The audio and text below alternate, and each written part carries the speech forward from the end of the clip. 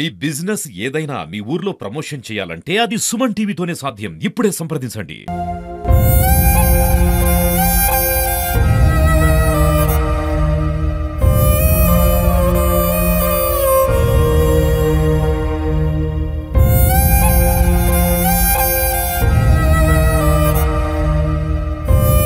Welcome to Suman TV. ప్రస్తుతం మనం శంకరపట్నం మండలం గద్దపాక గ్రామంలో ఉన్నాము.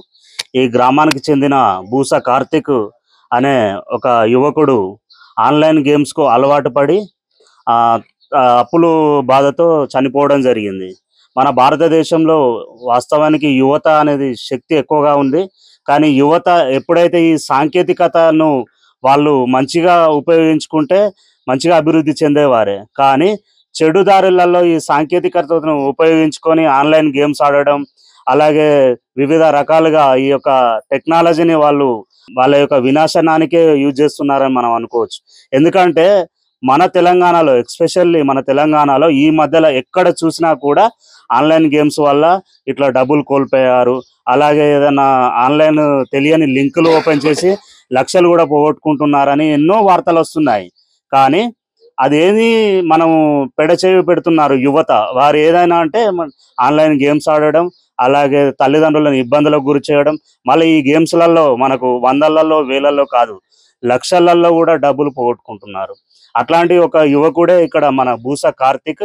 ఈ యువకుడు ఇక్కడ విలేజ్లో ఇంటర్మీడియట్ వరకు చదివి వాళ్ళ తల్లిదండ్రులకు వ్యవసాయంలో తోడ్పడుతూ, అలాగే ఇక్కడ వ్యవసాయ పనుల గురించి వేరే దగ్గర నుంచి కొంతమందిని బీహార్ కూలీలను ఇట్లా తీసుకొచ్చి నాట్లు వేయించడం, అలాగే ఇక్కడ మంచి పేరు సంపాదించుకున్న యువకుడే. తనకు డబ్బులు కూడా కూడబెట్టుకున్నాడు. కానీ అతడు ఎన్ని డబ్బులైతే కూడబెట్టుకున్నాడో ఆ డబ్బులకు తగ్గట్టుగా అంతకంటే మించి ఈ ఆన్లైన్ గేమ్స్ ఆడి ఇవాళ ఒక 16 లక్షల వరకు చేశాడని చెప్తున్నారు వాళ్ళ తల్లిదండ్రులు. అయినా కూడా మధ్యలో కూడా ఇలా చేయవద్దు అని చెప్పి తల్లిదండ్రులు చెప్పినా కూడా అబ్బాయి వినలేదు. చివరి దశలో తల్లిదండ్రుల మాటలను కాదన్నాను, అలాగే లక్షల అప్పు మిగిలిపోయింది. ఇప్పుడు ఎవరిని అడగాలి, ఏం చేయాలో అని ఆ అబ్బాయికి అర్థం కాని పరిస్థితుల్లో 28వ తారీఖు అతడు పాయిజన్ తీసుకున్నాడు. అలాగే నిన్న మరణించాడని చెప్తున్నారు. వాళ్ళ తండ్రి మనతో ఉన్నారు, ఆయనను అడిగి తెలుసుకుందాం. చెప్పండి శంకర్ గారు, మీకు ఎంతమంది సంతానం? మీ అబ్బాయి ఏ విధంగా ఉండేది? నాకు ఒక కొడుకు, ఒక బిడ్డ పెద్దది, కొడుకు చిన్నోడు. చదివించినాను, బాగానే చదివిన రోజులు చదివినరు. నా బిడ్డకు చిన్న వయసులోనే పెళ్లి చేసిన. ఎందుకంటే కాలాన్ని బట్టి, ఎందుకంటే పరిస్థితులను బట్టి కూడా నేను పెళ్లి కావాలంటే ఎదిగిన బిడ్డను ఉంచుకోవద్దు అని నేను పెళ్లి చేసినాక కొన్ని రోజుల తర్వాత నాకు ఒక మనవాడు, ఒక మనవరాలు వచ్చింది. సంతోషించిన చాలా బాగా కూడా. నా కొడుకు కూడా నా ఎత్తు కూడా ఎదిగిండు, సంతోషించిన. నన్ను అత్తడు మంచి పెద్ద ఎత్తడు అనుకున్నా. చెయ్యలేదు. చేయక తర్వాత ఏం చేసిండు అంటే చేతికి అందకుండా కొన్ని రోజులు తిరిగితే ఏం చేసినా అంటే అద్దు బిడ్డ నువ్వు ఏం పని చేయకుండా మంచిదే ఇంటికాడ ఉండు అని కూడా చెప్పిన తర్వాత ఏం చేసినా బీఆర్ వాళ్ళ దాంట్లో దిగి యూపీ వాళ్ళ, బీఆర్ వాళ్ళ కానీ బెంగాల్ వాళ్ళ తీసుకొచ్చిండు. నాట్లేపించి పైసలు డబ్బులు రైతుల దగ్గర కూడా వసూలు చేసి కూడా తీసుకొని వచ్చి బీఆర్ వాళ్ళకి ఇవ్వకుండా ఆయన ఇష్టం వచ్చినట్టుగా ప్యాకెట్లు ఆన్లైన్లో ప్యాకెట్లు ఒడగొట్టి రైలు గేట్ మీద పడతా చచ్చిపోతా అంటే మా బామ్మదులు కానీ స్నేహితులు కానీ మా అల్లుడు చక్కగా పోయి గుంజుకొచ్చి చేసినాక నన్ను కూర్చుండబెట్టి అందరినీ మగ్గపెట్టి మంచిగా చేసి నాక బతికించుకున్నాం. కొడుకు దొరకడు, భూములు పోతే దొరుకుతాయి, కొడుకు దొరకడు, డబ్బు దొరుకుతుంది, కష్టం చేసుకుని సంపాదించుకోవచ్చుకొని అన్నాక నేను కూడా అందరికి కూడా నేను సహకరించిన. నేను కూడా 20 గుంటల భూమి అమ్మిన, 30 లక్షలు పోయేదాన్ని 15 లక్షలకే అమ్మి కూడా నా కొడుకుని బతికించుకున్నా. బాధ ఎక్కించిన తర్వాత అందరు ఎక్కడ పోయినాక నా భార్య నేను కాళ్ళు మొక్కి బిడ్డ నువ్వు తప్పు చేయకు, నీకు సాతనైతే నువ్వు పని చేయబుద్ధి అయితే చెయ్యి, నువ్వు ఏం చేయకుండా అయితే బుక్కడి ఇంటికాడ ఉండు బిడ్డ, నువ్వు తప్పులు చేయకు, మేము కుప్పగూరిపోతావు, నువ్వు ఒక్కడివే మాకు అని కూడా కాళ్ళు మొక్కినాం.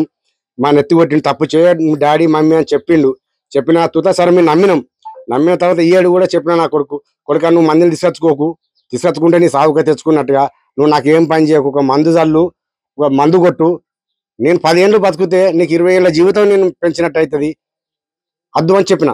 సరే డాడీ నేను ఆ తప్పు చేస్తలేను అని చెప్పిండు. నాకు తెలపకుండా తెచ్చిండు, ఆ పని చేసిండు. ఆ రోజున మందు జల్లిరాప బిడ్డ అన్న, ఇక్కడ సగం బత్త యూరి ఉన్నది, ఇంకో యూరియా బత్త ఉంటామన్నా కొంటపోతాను. లేడు, నేను వేరే పని వేచల కింద ఏం లేదు, కొడుకు లేడు, ఆ బత్త ఇన్నే ఉన్నది. మందు తాగిండు, తీసుకొని పోయాను, హాస్పిటల్ వేసి చనిపోయింది. సార్ కార్తీక్ అక్క గంగమ్మనతో ఉన్నారు, ఆమెను అడిగి తెలుసుకుందాం. మీ తమ్ముడు ఎంతవరకు చదువుకున్నాడు, ఎట్లుండేనమ్మా మీతోటి? మా తమ్ముడు ఇంటర్ చదువుకున్నాడు. మాతోనే అందరు కలిసిమెలిసి ఉండేటోడు. మా తల్లిదండ్రులు ఎంత అపురూపంగా పెంచిండో అంత వాళ్ళకి లేకుండా పోయింది. ఇప్పుడు వాళ్ళకి దిక్కు కూడా లేదు. ఇట్లాంటి గేమ్స్ రద్దు చేయండి ప్లీజ్. ఇంకొక తమ్ముడు కూడా ఇలాగా తప్పు చేయకూడదు. ఆన్లైన్ గేమ్స్ అన్ని ఎవరు కూడా ఆడకూడదు. తల్లిదండ్రుల పుత్రశోకం పెట్టిపోయండి మా తమ్ముడు. ఇలాంటి తప్పులు ఇంకెవరు చేయకూడదు. దయచేసి ఆ రమ్మీ గేమ్స్ బ్యాన్ చేయండి. అన్నదమ్ములారా చెప్తున్నాను, దయచేసి తల్లిదండ్రులకు పుత్రశోకం పెట్టకండి. ఆన్లైన్ గేమ్స్ రద్దు చేయండి ప్లీజ్. ఇంటికి వచ్చి ఈ విధంగా బాధపడడం ఏమైనా చేసేదమ్మా మరి ఎప్పుడన్నా? చెప్పలేను. నాకు మందు తాగిన రోజు ఫోన్ చేసిండు, మధ్యాహ్నం బాగానే మాట్లాడిండు. మళ్ళీ మాకు 3:30 వరకు తెలిసింది మందు తాగిండని. ఆ రోజు కార్తీక్ తల్లిదండ్రుల మాట వినకుండా లక్షల లక్షలు అప్పు చేసిన, అలాగే చివరి దశలో ఏం చేయాలనో తెలియక అనుకోకుండా ఈ యొక్క మందు పాయిజన్ తీసుకున్నాడు. తీసుకున్న తర్వాత వాళ్ళ ఫ్రెండ్కు ఫోన్ చేసిండు, రాజుకు. ఈ రాజు కూడా ఫోన్ చేసి ఇట్లా పాయిజన్ తీసుకున్నా నేను అని చెప్పాడంట. అసలు ఏం జరిగిందో, ఆ రోజు ఏం మాట్లాడిండో వాళ్ళ ఫ్రెండ్ని అడిగి తెలుసుకుందాం. మందు ఆయన ఫోన్ చేసి చెప్పిండు. చెప్పిన వెంటనే వాళ్ళ తల్లిదండ్రులకు కాల్ చేసి చెప్పి హాస్పిటల్ తీసుకుపోయాడు. నీకేమన్నా ఇట్లా ఆన్లైన్ గేమ్స్ ఆడుతున్నా లేకపోతే ఇట్లా అప్పులైనా అని చెప్పి మీ ఫ్రెండ్షిప్ లో ఏమైనా చెప్పుకునేదా? చెప్పలే. ఆ బాధతోటే తాగి చనిపోయినాక తెలిసింది ఇట్లా ఆడుతున్నాను. ఈ కార్తీక్ బంధువు సదయ ఉన్నాడు మనతో, వారిని అడిగి తెలుసుకుందాం. ఏమైతాడే నీకు కార్తీక్? నాకు బామ్మారిది కొడుకు అల్లుడు అవుతాడు. ఇప్పుడు మళ్ళా బీఆర్ వాళ్ళు వద్దంటే బీఆర్ వాళ్ళని పట్టుకొచ్చుకొని ఇక్కడ ఈ విలేజ్ లా వీళ్ళని ఉంచితే వీళ్ళు తెలుసుకుంటారు అని చెప్పి భూపాలపల్లి విలేజ్కి పోయి అక్కడ చేసుకొని ఆయన ఇప్పుడు ఎంత ఆడిండో తెలియదు, ఎంత చేసిండో తెలియదు. ఫస్ట్ 5 లక్షల బాకీ అయితే 20 గుంటల భూమి అమ్మి కట్టుకొని మనిషిని బతికించుకున్నాం. ఇప్పుడు ఈ ఆన్లైన్ ద్వారా ఇది మన తెలంగాణలో లేదు. ఇది మన తెలంగాణలో లేని వ్యవస్థను దీన్ని ఒకసారి కనిపెట్టి మన ప్రభుత్వం కనిపెట్టి, మన తెలంగాణ వ్యవస్థ కాదు ఇది కాకుండా ఆన్లైన్ ఏం తెలియని పోరగన్లకు ఆన్లైన్ పెట్టి ఇట్లా జనాలను పాడు చేసుడు ఇది ఒకే కాదు. ఈ మన ప్రభుత్వం కొంచెం పట్టించుకొని ఏ జిల్లా ఎక్కడి కేంద్రం కానీ ఎక్కడి జిల్లా కానీ కొంచెం పట్టించుకొని ఈ రద్దు చేసుకుంటా. కాకపోతే పొలగాళ్ళను కని పెంచుకొని ఇప్పుడు 25 ఏళ్ళ అల్లుడు నా అల్లుడు అని చెప్పి మాకు పేరు దక్కపాయని మా బాధ. శ్రీనివాస్ ఉన్నాడు మనతో, వారిని అడిగి తెలుసుకుందాం. చనిపోయిన కార్తీక్ నేను మినమాను సార్. ఈ యువత అనేది ఆన్లైన్ పబ్జి గేమ్లు ఆడి చాలా మంది యువకులు ప్రాణాలు కోల్పోతున్నారు. నేను యువతకు ఇచ్చే సందేశం ఒకటే, ఈ ఆన్లైన్ పబ్జి గేమ్లు ఆడకూడదు. ఆడి తల్లిదండ్రులకు అప్పులు ఎక్కువ చేసి తల్లిదండ్రులకు పుత్రశోకాన్ని మిగిల్చకూడదు. ప్రభుత్వాన్ని వేడుకునేది ఒకటే విన్నపం, ఈ ఆన్లైన్ గేమ్లను పూర్తిగా బ్యాన్ చేయాలి. అలాగే ఈ గడ్డి మందు అనేది ఏ చిన్న వ్యక్తి ఎవరు కూడా తాగకూడదు. ఈ గడ్డి మందు 100కు 90% కెమికల్స్ లా మందులో విరుగుడు ఉంది, కానీ ఈ మందుకు విరుగుడు అనేది లేదు మొత్తానికి. దీన్ని తాగితే 5 ml తాగిన కూడా ప్రాణాలు కోల్పోవడమే. 1 రోజు 2 రోజులు 3 రోజుల తర్వాత నెల రోజుల్లో కూడా దీన్ని పైసలు ఎప్పుడు పెడుతుంది. దయచేసి యువతకు నేను ఇచ్చే విన్నపం ఒకటే, దయచేసి మంచి పనులు వాడుకోండి. ఈ సెల్ ఫోన్లు, ఈ లేటెస్ట్ టెక్నాలజీని దీన్ని మంచి కోసం వినియోగించండి. మంచి ఉన్నాయి ఇలా ఫోన్లో, కానీ ఈ చెడు వ్యసనాలు వినియోగించకండి, ప్రాణాలు కొని తెచ్చుకోకండి. ఇదో నా విన్నపం సార్. ఇక్కడ మనకు ఇంకొక విషయం కూడా గమనించవచ్చు. ఎక్కువ మరణాలు మన భారతదేశంలో అయితే రోడ్డు ప్రమాదాలు, తర్వాత ఈ యొక్క పురుగు మందు తాగడం అనేది జరుగుతుంది.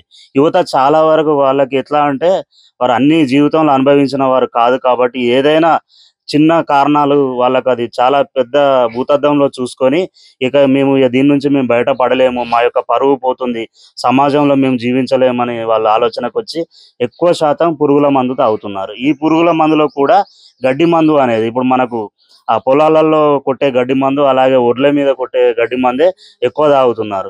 దీనివల్ల సరే వాళ్ళు చనిపోతున్నారు ఒకటి, కానీ మన భారతదేశంలో కూడా ఈ గడ్డి మందు వినియోగం వల్ల భూసారం దెబ్బతిని పంటలు కూడా పండుతలేవు.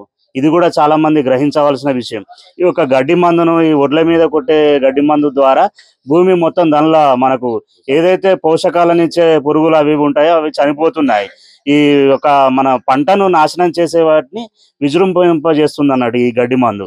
అట్లా కూడా మనకు భూసారం దెబ్బతిని పంటలు పండడం లేదు, నాణ్యమైన పంటలు ఏవీ రావటం లేదు. ఇవాళ చూసుకుంటే విత్తనం వేసినప్పటి నుండి మొదలు పంట పూర్తయ్యేసరికి మొత్తం రోగాల పాలవుతుంది ఆ పంట మనం తింటున్నాం. అదొక కారణం. ఇవాళ వాళ్ళకి ఏంటంటే భూమి ఉన్న ప్రజలకు నాణ్యమైన ఆహారం కూడా ఈ గడ్డి మందు ద్వారా అందించలేకపోతున్నాం.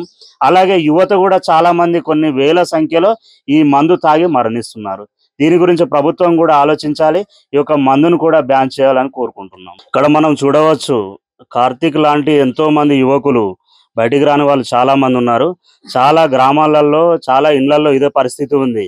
ఎవరైతే ఆన్లైన్ గేమ్స్ కు అలవాటు పడ్డారో వాళ్ళు లక్షలు పోగొట్టుకోవడం, వాళ్ళ తల్లిదండ్రులను ఇబ్బంది పెట్టడం. ఆ తల్లిదండ్రులు కూడా అయ్యో మేము చిన్నప్పటి నుండి ఇంత వీళ్ళను సాదుకున్నాము, వీళ్ళని ప్రయోజకులను చేశాము, రేపు మా యొక్క అవసాన దశలో వాళ్ళు మాకు బుక్కడు అన్నం పెడతారని చెప్పి ఆలోచించి వాళ్ళు కాయా కష్టం చేసి కొన్ని లక్షలైనా లేకపోతే వాళ్ళకున్న భూమి, ఇండ్లు కూడా అమ్ముకొని వాళ్ళ పిల్లలకు కోసం చెల్లించిన పరిస్థితుల్లో కూడా ఇట్లా జరుగుతుంది.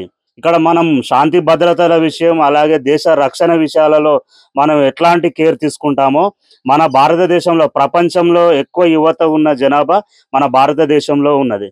కానీ అట్లాంటి యువత ఈ రోజు ఆన్లైన్ గేమ్స్, ఈ టెక్నాలజీని మనం పెడద్రోవగా వాడుకోవడం, అలాగే ఇట్లాంటి గంజాయి ఇంకా మిగిలిన చాలా అవశేషాలు, చాలా అవలక్షణాలతో తల్లిదండ్రులకు ఇబ్బంది పెడుతున్నారు, సమాజంలో కూడా చెడ్డ పేరు తీసుకొస్తున్నారు. మరి దీని గురించి ప్రభుత్వాలు ఆలోచించి ఇదేమైనా మనకు కట్టడి చేయలేమా? ఈ యొక్క ఆన్లైన్ గేమ్స్ కానివ్వండి, లేకపోతే అన్నోన్ నెంబర్స్ నుంచి లింకులు పంపడం, ఆ లింకులు వాళ్ళు ప్రెస్ చేస్తే వాళ్ళ దగ్గర ఉన్న అమౌంట్, బ్యాంకులలో ఉన్న లక్షల అమౌంట్ కూడా పోవడం, ఇట్లాంటివి ఎక్కడైనా జరుగుతున్నది. ఇది ప్రతిరోజు మన భారతదేశ వ్యాప్తంగా కొన్ని కోట్ల సొమ్ము వేరే వాళ్ళు హవాలా మార్గంలో వాళ్ళకు చేరుతుంది. బాధితులకు కన్నీరే మిగులుతుంది. వారు కాయ కష్టం చేసి కూడబెట్టుకున్న డబ్బులు పోతున్నాయి, అలాగే లక్షల డబ్బులు పోతున్నాయి, ప్రాణాలు పోతున్నాయి. వాళ్ళకు సమాజంలో గుర్తింపు లేకుండా వాళ్ళ పరపతి కూడా పోతుంది. అయినా కూడా ఇప్పుడు ఇక్కడ చూడొచ్చు, మనం కార్తీక్ లక్షల అప్పు చేశాడు. వాళ్ళ తల్లిదండ్రులు 20 గుంటల భూమి అమ్మి తీర్చినా కూడా ఇవాళ ఆ తల్లిదండ్రులకు గర్భశోకం మిగిల్చి ఒక్కగానొక్క కొడుకు, ఆ తండ్రి మాటల్లో మనం ఆవేదన చూడొచ్చు. నా కొడుకు కంటే ఏది ముఖ్యం కాదు, నేను ఏదైనా చేసి నా కొడుకును బతికించుకుంటానని చెప్పాడు. అలాగే కొడుకు భయం ఉండాలని చెప్పి తల్లిదండ్రులు ఒట్టు కూడా వేయించుకున్నారు. ఆ కొడుకు ఒట్టు వేసినా కూడా అతడు ఏదైతే ఈ యొక్క ఆన్లైన్ గేమ్స్ ఉచ్చులో పడిపోయాడో అతడు మళ్ళీ బయటికి రాకుండా పోయాడు. కానీ ఇవాళ ఆయన ప్రాణాలు కూడా ఆయన తీసుకునే పరిస్థితి వచ్చింది. కాబట్టి యువత మీరు ఆలోచించండి. చదువు, విజ్ఞానం ఇది ఒక్కటే మనకు టెక్నాలజీ పరంగా వాడుకోండి. ఆన్లైన్ గేమ్స్ ఇట్లా ఆడడం, అన్నోన్ నెంబర్స్ లింకులు ప్రెస్ చేయడం, ఇట్లాంటివి చేసి లక్షలు పోగొట్టుకొని తల్లిదండ్రులకు గర్భశోకం మిగల్చవద్దని కోరుకుంటూ కెమెరామెన్ శేఖర్తో శ్రీధర్, సుమన్ టీవీ.